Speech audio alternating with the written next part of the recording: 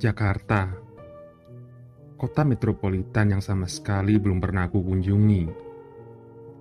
Kota besar dengan tingkat keruwetan di level tinggi. Tapi apa mau dikata, garis hidup menuntun aku untuk tinggal dan mencari nafkah di ibu kota negara ini.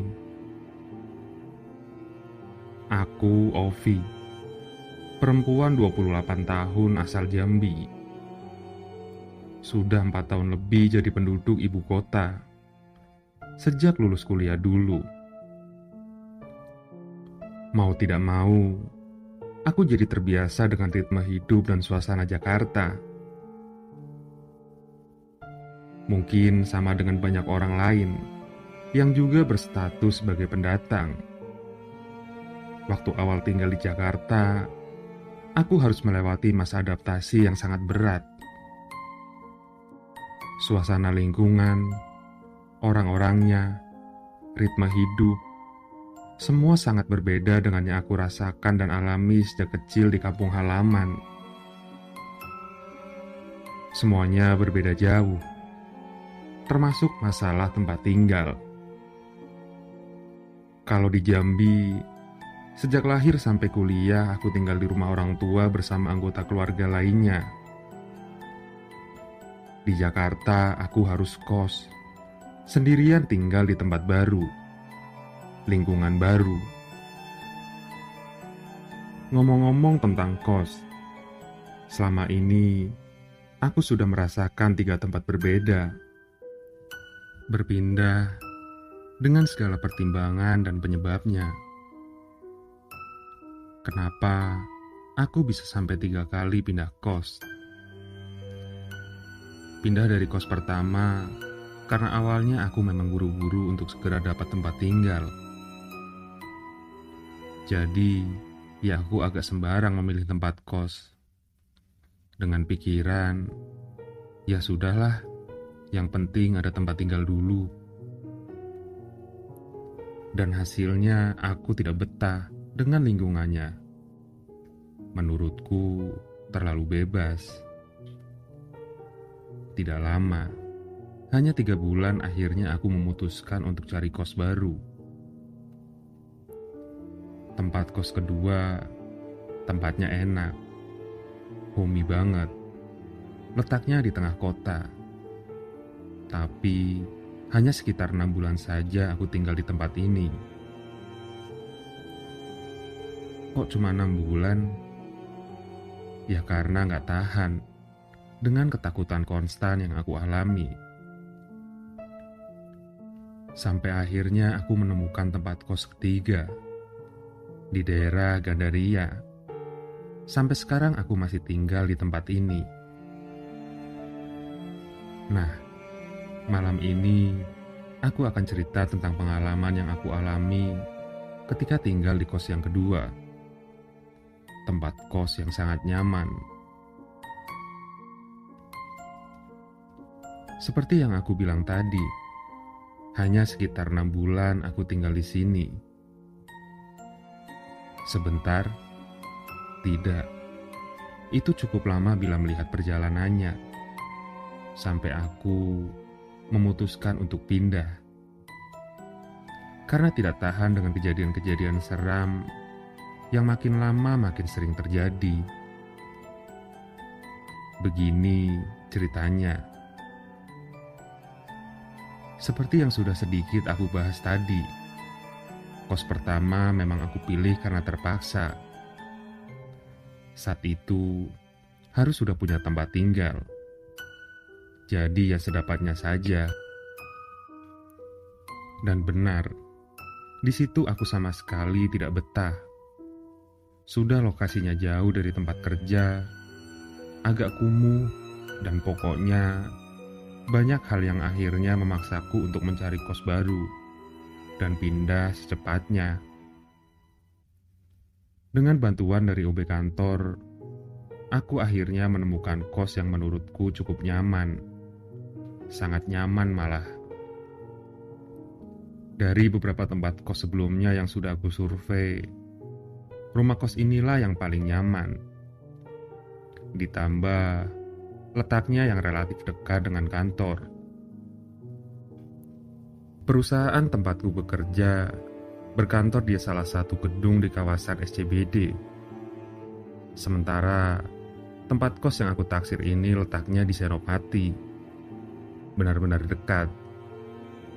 Kalau mau rela untuk sedikit berkeringat, maka aku bisa saja berjalan kaki pulang pergi kantor. Cukup sekali berkunjung dengan tujuan survei untuk melihat keadaannya. Aku langsung memutuskan untuk segera pindah ke tempat baru ini. Hingga akhirnya pada hari Sabtu di bulan Mei 2016, aku pindah ke tempat yang baru. Tempat kos keduaku di Jakarta. Kos ini berbentuk rumah besar. Rumah yang letaknya di tengah-tengah perumahan yang besar juga. Bisa dibilang perumahan orang kaya. Akan tetapi, untuk wilayah kota besar, perumahan ini cukup sepi. Jalan kompleknya cukup lebar, dengan pohon rindang di kanan kiri. Jarang sekali terlihat penghuninya berinteraksi di luar rumah. Paling hanya mobil mewah keluar masuk garasi dari setiap rumahnya. Selebihnya sepi. Rumah kos yang aku tempati juga begitu. Rumah besar dengan halaman cukup luas. Garasinya cukup untuk 4 mobil. Nah, di belakangnya ternyata memiliki 8 kamar yang sengaja dibangun untuk disewakan sebagai tempat kos. Semua kamar kos letaknya di lantai atas bagian belakang. Jadi, kalau dilihat dari depan, rumah ini nggak terlihat kalau di dalamnya ada tempat kos. Pemiliknya adalah seorang ibu yang sudah berumur sekitar 60 tahun. Kedepannya, aku akan memanggil beliau dengan panggilan Bu Dewi. Bu Dewi tinggal di rumah itu dengan anak laki-lakinya. Bersama mereka, ada 2 asisten yang membantu mengerjakan kegiatan rutin harian. 1 asisten juga membantu mencuci dan setrika dari para penghuni kos. Dari 8 kamar hanya terisi 5. Yang 3 masih kosong. Dan sepertinya 2 kamar penghuninya jarang pulang. Katanya sering tugas di luar kota. Biasanya juga kalau akhir pekan seperti ini, semua penghuni kos pada mudik ke kota asal. Jadi nanti aku mungkin akan sendirian. Begitu kata Bu Dewi ketika kami bercakap-cakap di teras rumah ketika aku baru saja sampai. Kebetulan, saat itu masih sedikit barang bawaan dari tempat kos sebelumnya. Hanya pakaian dan beberapa perlengkapan. Semoga kamu betah ya. Silahkan kalau mau istirahat. Begitu kata Bu Dewi menutup percakapan. Cukup panjang lebar percakapan kami sore itu. Banyak informasi baru yang aku dapat setelahnya. Kesimpulannya, rumah kos ini memberikan beberapa fasilitas bagi penyewanya, seperti air minum, dan dapat menggunakan dapur dan segala perlengkapannya. Dapur berada di lantai bawah. Selesai berbincang, aku lalu menuju kamarku. Pertama-tama, aku harus masuk melalui garasi. Di ujung belakang garasi ada tangga besi yang bentuknya melingkar. Jadi aku harus berputar 2 atau 3 kali menaikinya untuk sampai ke atas. Ketika sudah sampai di atas, barulah terlihat kalau rumah ini punya banyak kamar kos. Kamar ada 8. Paling depan, dekat tangga ada 3 kamar mandi untuk penghuni. Lalu setelah itu, akan melewati dua kamar yang berhadapan. Setelahnya, ada ruang besar berisi sofa, meja, kursi kayu, TV, dan galon air minum. Sepertinya ini adalah ruang tamu atau ruang tempat bersantai yang bisa digunakan bersama-sama. Di samping ruang santai ini, ada lorong panjang yang kanan kirinya ada 6 kamar. Kamarku letaknya di paling ujung sebelah kiri. Nyaman. Rumah ini sangat nyaman. Hari itu sempat berpikir kalau aku mungkin akan lama tinggal di tempat ini. Awalnya, tidak memakan waktu lama bagiku untuk membereskan barang-barang. Ya memang masih sedikit yang aku punya. Kamarku berukuran cukup besar. Di dalamnya sudah tersedia lemari, tempat tidur, dan juga ber-AC. Tidak perlu punya TV, karena di ruang tengah tadi sudah disediakan TV. Kekurangannya cuma satu, jarak ke kamar mandi cukup jauh. Akan jadi PR buatku apabila harus buang air di tengah malam. Tapi ya sudah, tidak apa-apa. Selesai beberes, aku merebahkan tubuh di atas tempat tidur sambil melamun. Sampai akhirnya lelah memaksaku terlelap. Padahal hari masih sore. Cukup lama aku tertidur. Sampai akhirnya terbangun kaget karena sadar kalau ternyata sudah hampir jam 9 malam. Mengucek-ucek mata sebentar. Kemudian aku memutuskan untuk mandi. Badan terasa lengket karena aktivitas seharian. Membawa handuk dan perlengkapan mandi, aku lalu keluar kamar menuju kamar mandi. Tapi ketika sudah berada di ruang tamu, aku memutuskan untuk terlebih dahulu duduk di sofanya. Berniat sebentar santai sambil menonton TV. Sendirian aku di depan TV.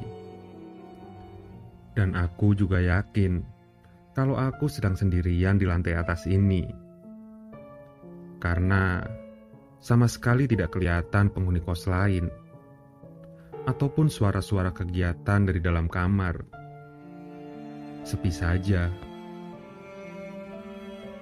Ternyata cukup lama aku berdiam sendirian di depan TV. Sampai kira-kira jam 9:30, aku masih asik menonton. Ketika sedang asik sendiri inilah, aku mendengar sesuatu. Aku mendengar suara langkah kaki bersepatu menaiki tangga besi yang ada di ujung sebelah kamar mandi. Akhirnya ada penghuni kos yang datang. Begitu pikirku dalam hati. Tapi setelah aku tunggu, ternyata tidak ada orang yang datang. Suara itu pun lalu menghilang. Penasaran, aku menoleh ke belakang, ke arah tangga. Benar, tidak ada siapa-siapa. Padahal aku sangat yakin kalau tadi mendengar suara langkah kaki naik tangga. Ya sudahlah, mungkin ada yang mau naik tangga tapi nggak jadi. Aku berusaha berpikir positif. Seketika itu juga aku memutuskan untuk mandi. Lalu bangkit dari duduk menuju toilet. Ada 3 kamar mandi. Aku memilih yang paling pinggir dekat tangga. Setelah selesai, ketika sedang memakai handuk mengeringkan badan, tiba-tiba aku mendengar suara yang sama dengan yang aku dengar sebelumnya tadi. Suara langkah kaki bersepatu itu terdengar lagi, sedang menaiki tangga. Kali ini suaranya lebih jelas karena aku sedang di posisi yang sangat dekat dengan tangga. Aku yakin kalau itu suara orang sedang naik tangga. Penasaran, lalu aku sedikit membuka pintu kamar mandi, mengintip keluar. Benar, sepersekian detik aku sempat melihat kalau ada seseorang yang melintas berjalan. Lalu pandanganku terhalang dinding karena dia masuk lorong menuju ruang tamu. Sepertinya yang aku lihat barusan adalah perempuan. Nampak jelas rambut panjangnya terurai dari belakang. Syukurlah ada penghuni lain yang akhirnya datang. Lagi-lagi aku merasa senang. Setelah selesai, aku kembali ke kamar untuk berpakaian. Sementara itu, aku tidak melihat lagi perempuan yang tadi naik. Aku tidak tahu dia masuk ke kamar yang mana. Sudah malam juga. Lebih baik besok saja kalau aku berniat hendak berkenalan. Sudah nyaris jam 11. Tidak terasa, sebelum tidur, aku berniat untuk mengambil air minum di ruang tamu. Persiapan kalau-kalau kehausan tengah malam nanti. Kemudian, sekali lagi aku keluar kamar menuju ruang TV. Ruang TV tidak terlalu terang. Lampunya redup, tapi cukup untuk melihat sekeliling dengan jelas. Aku lalu mengisi botol minuman dengan air putih dari galon. Setelah selesai, aku melangkah lagi ke kamar. Ketika sedang tepat berada di depan kamar yang letaknya persis di depan kamarku, sepintas aku mendengar sesuatu. Ada suara tawa perempuan dari kamar itu. Suara tawa diselingi dengan gumaman tidak jelas. Oh, ternyata perempuan tadi kamarnya di sini. Begitu pikirku. Tidak terlalu penasaran, lalu aku masuk ke kamar dan menutup pintu. Di kamar tidak langsung tidur, karena sore tadi tidurku cukup lama. Jadinya rasa kantuk tidak juga muncul sampai tengah malam. Selama itu aku hanya bermain HP, scrolling menatap timeline medsos. Sampai akhirnya sekitar 1 jam ada kejadian aneh. Ada yang menarik perhatian. Awalnya, aku mendengar suara kalau sepertinya kamar yang persis di depanku pintunya terbuka. Sepertinya penghuninya hendak keluar. Tapi, setelah pintu terbuka, tidak kedengaran apa-apa lagi. Hening dan sepi. Sampai akhirnya, aku mendengar ada suara perempuan sedang menangis. Iya, ada perempuan menangis. Aku lalu berdiri melangkah mendekati pintu. Mendekatkan telinga, menajamkan pendengaran. Coba untuk menangkap suara dari luar. Benar, ada perempuan menangis terseduh-seduh. Bukan menangis dengan suara keras, tapi pelan tertahan. Aku juga yakin kalau suara itu asalnya bukan dari dalam kamar, tapi dari lorong depan. Ada perempuan sedang menangis di depan kamarku. Seketika itu juga, batinku berperang antara hendak membuka pintu lalu melihat keluar, atau membiarkannya saja lalu kembali tidur. Tapi, pada akhirnya aku memutuskan untuk membuka pintu. Perlahan kurai gagang pintu, lalu memutarnya. ada ragu dalam hati. Makanya aku sangat pelan membuka pintu. Sampai akhirnya pintu terbuka lebar. Lorong kamar kelihatan gelap. Penerangan hanya bersumber dari lampu yang ada di kamarku saja. Pandangan langsung kuarahkan ke kamar depan. Ternyata kosong. Tidak ada siapa-siapa. Tidak ada orang. Tidak ada perempuan menangis. Pintu kamar depan juga dalam keadaan tertutup rapat. Lalu, siapa yang menangis tadi? Tiba-tiba aku merinding. Seketika itu juga langsung menutup pintu. Di atas tempat tidur, aku mulai ketakutan. Siapa perempuan yang menangis tadi? Entahlah. Intinya malam minggu itu aku habiskan dengan tidur tidak nyenyak, memikirkan peristiwa yang baru saja terjadi sebelumnya. Hari minggunya aku bangun siang. Sekitar jam 11, aku baru benar-benar terjaga. Setelah itu, aku memutuskan untuk mandi. Tapi, ketika lewat ruang TV dalam perjalanan menuju toilet, aku melihat ada seseorang sedang duduk menonton TV. Penghuni baru ya? Perkenalkan, gue Aldi. Saat itu juga kami berkenalan, lalu berbincang panjang lebar. Aldi sepertinya laki-laki yang baik dan menyenangkan. Kantornya di SCBD juga, sama seperti aku. Gue biasanya kalau weekend pulang ke Kerawang, tapi semalam nginep di kos-kosan temen sih. Baru sampai ini juga. Begitu Aldi bilang. Sendirian dong lu di sini tadi malam ya? Kan pada minggat kalau weekend. Enggak bang. Kayaknya sekitar jam 10-an gitu ada yang datang deh, jawabku. Lah, tumben. Siapa yang datang?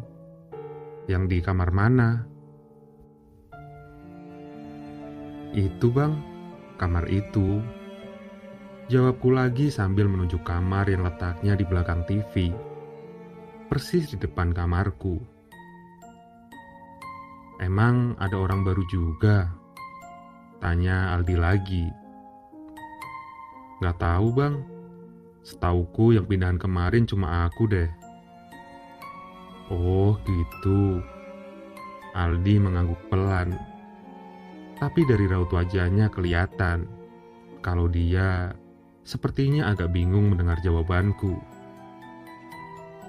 Setelah itu Aldi seperti sengaja mengalihkan pembicaraan. Dari percakapan siang itu, aku jadi dapat banyak info tambahan tentang tempat kos ini.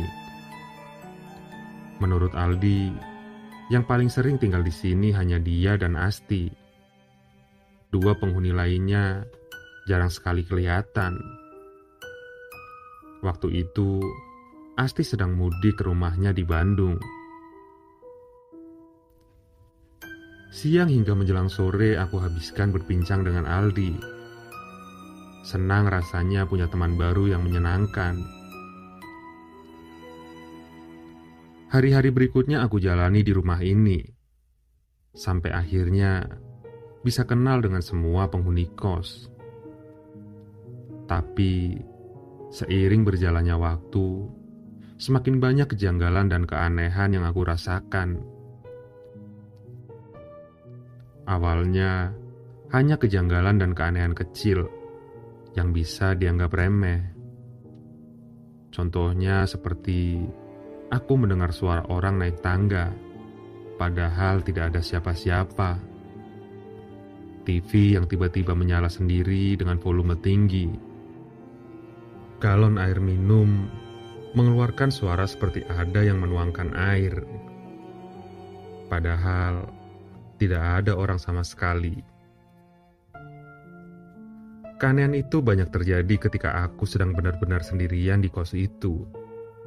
Di akhir pekan, ketika semua penghuninya mudik atau bermalam di tempat lain kecuali aku. Awalnya semua kejanggalan itu aku anggap angin lalu, tidak mempedulikannya.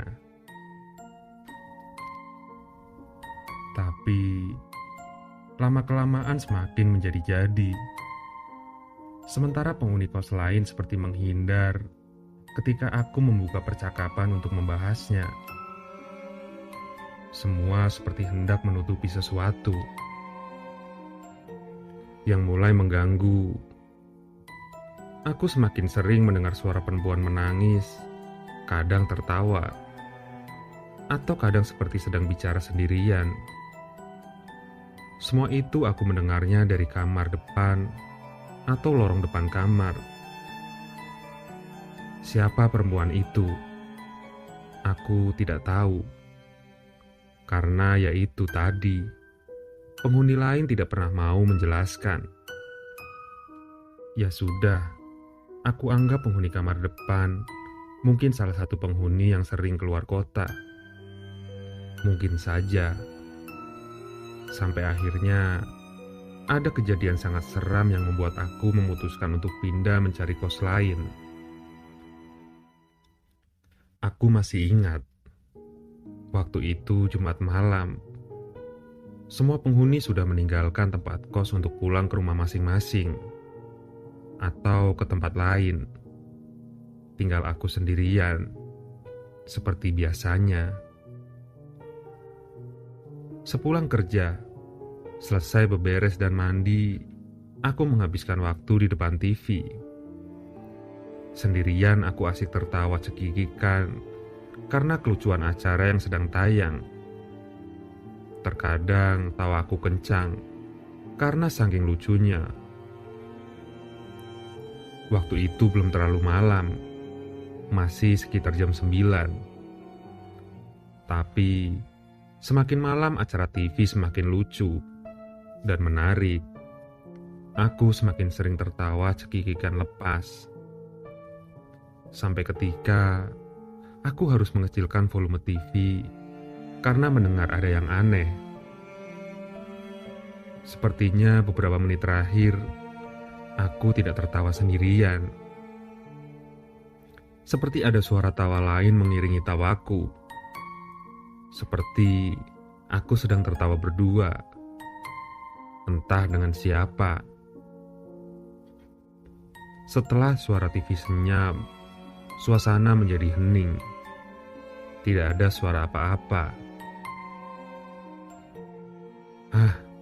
Mungkin penghuni bawah yang lagi tertawa. Begitu pikirku kemudian. Ya sudah, aku lalu kembali menaikkan volume TV. Lalu asik menonton acaranya. Tapi sekitar jam 10 lewat, tiba-tiba kantuk datang. Lelah tubuh membuatku gak tahan lagi untuk terlelap.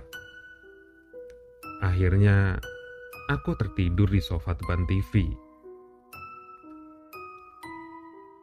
Tiba-tiba, ada suara cekikikan. Suara tertawa perempuan. Suara itu membangunkanku dari tidur. TV masih menyala. Di atasnya ada jam dinding yang jarum pendeknya menunjuk ke angka 1. Sudah lewat tengah malam ternyata. Sekali lagi suara itu terdengar. Siapa yang cekikikan tengah malam begini? Suara tawa yang sangat jelas terdengar. Dari arahnya, aku yakin kalau asalnya dari sekitar kamar mandi. Yang tadinya lemas karena baru saja terjaga, aku jadi segar karena suara ini. Suara yang tentu saja membuat suasana jadi mencekam dan semakin mencekam.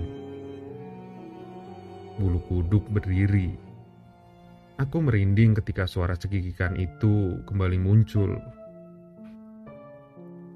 Rasa takut mulai menguasai isi jiwa, menyeruak ke seluruh rongga kepala. Pada detik itu, aku memutuskan untuk meninggalkan ruang TV, lalu masuk kamar. Namun, ketika sudah bangkit dari duduk ingin melangkah ke kamar, ketika posisi sudah berada di tempat yang bisa melihat kamar mandi, refleks, aku menoleh ke kiri karena mendengar tawa cekikikan itu sekali lagi. Pada saat itulah, akhirnya aku bisa melihat sumber suara. Di ujung lorong, di sebelah kamar mandi di depan tangga besi, aku melihat sosok perempuan sedang duduk di lantai dengan rambut panjang terurai. Wajahnya pucat dengan lingkar gelap di sekitar mata. Dengan mimik seram, lagi-lagi dia tertawa sambil menatap tajam. Sontak, aku langsung mempercepat langkah menuju kamar. Aku sangat ketakutan. Ketika sudah tepat berada di depan pintu, lagi-lagi aku melirik ke tempat sosok perempuan seram itu berada. Semakin mengerikan, karena ternyata dia sudah tidak di posisinya. Sudah tidak duduk lagi. Sosok seram itu kini sedang berjalan pelan, menyusuri lorong menuju tempatku berada. Dari ujung mata aku masih dapat melihat kalau perempuan itu semakin dekat dan semakin mendekat. Tapi, akhirnya aku sukses membuka pintu. Cepat-cepat masuk kamar, lalu menutup pintu rapat-rapat. Tempat tidur adalah tujuan utama. Sambil berselimut ketakutan, aku terbaring di atasnya. Suasana semakin mencekam karena selama itu pula, suara tawa cekikikan terus terdengar semakin jelas. Semakin dekat. Sampai akhirnya suara tawa berhenti. Sepertinya berhenti tepat di depan pintu kamar. Seketika itu, suasana menjadi hening dan sepi. Tidak ada suara sama sekali. Perlahan, aku menarik selimut hingga menutup tubuh sampai sebatas mulut. Ketika melihat gagang pintu bergerak-gerak dengan sendirinya. Ada yang mencoba membukanya dari luar. Sial, aku tadi lupa mengunci pintu. Gemetar tubuhku menyaksikan itu semua. Desir darah terasa mengalir lebih cepat dari biasanya. Nyaris menangis ketika akhirnya aku melihat sosok perempuan menyeramkan itu tengah berdiri di luar kamar. Ketika perlahan pintu akhirnya terbuka. Dia berdiri menatap tajam, tersenyum dengan wajah datar tanpa ekspresi. Kemudian dia bergerak masuk ke dalam kamar. Aku yang sudah di puncak ketakutan, melihat itu semua langsung menarik selimut hingga menutup wajah. Lalu memiringkan tubuh jadi menghadap dinding. Tidak tahan lagi, aku menangis pelan. Perempuan itu sekali lagi tertawa. Kali ini jelas terdengar kalau dia sedang berdiri tepat di belakangku, di samping tempat tidur. Beberapa belas detik kemudian, kejadiannya semakin parah. Aku merasa kalau seperti ada yang mengisi ruang kosong di atas tempat tidur. Ada yang merebahkan tubuhnya di sampingku. Aku merasakan ada yang menempel di punggungku.